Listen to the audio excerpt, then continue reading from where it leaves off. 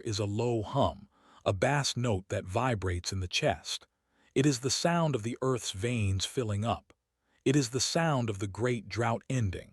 It is a sound that will continue unbroken for 20,000 centuries. Listen to the water. Let the rhythm of the rising tide pull you deeper into the dream. The banks are soft. The water is warm. The rain is a curtain that hides you from the rest of the universe. There is only the flow. There is only the rise. There is only the rain. As the rivers flow into the distance, they eventually reach the edge of the world. They pour their heavy, silt-laden waters into the Panthalassa, the one great ocean that surrounds the globe. This section focuses on the deep, dark sea and the hypnotic change occurring beneath the waves. The transition from the land to the sea is a slow, gradual fatting of colors.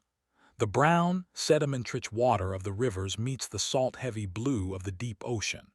Where they meet, the water churns in slow, lazy spirals, mixing the nutrients of the earth with the mysteries of the deep.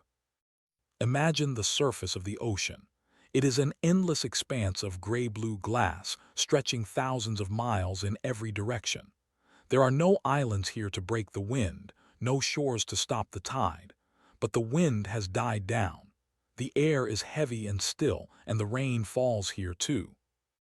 The sound of the rain on the open ocean is different than the sound on the leaves of the forest. Here, it is a vast, hollow hiss. Millions of drops striking the surface of the water simultaneously, creating a layer of fresh water that sits like a thin, cool skin on top of the salt. If you were to sink beneath the surface, the sound would change instantly. The hiss of the rain becomes a distant, muffled hum. The world becomes a deep twilight blue. Everything is silent. Everything is weightless. As you descend, the light from the surface begins to fade. The gray clouds above are forgotten, replaced by a soft, glowing darkness. In this era, the oceans are warming. The volcanoes of the north have breathed so much heat into the sky that the water feels like a warm bath. Listen to the heartbeat of the deep. There is a low-frequency pulse, the sound of the great ocean currents moving like giant, invisible snakes across the seafloor.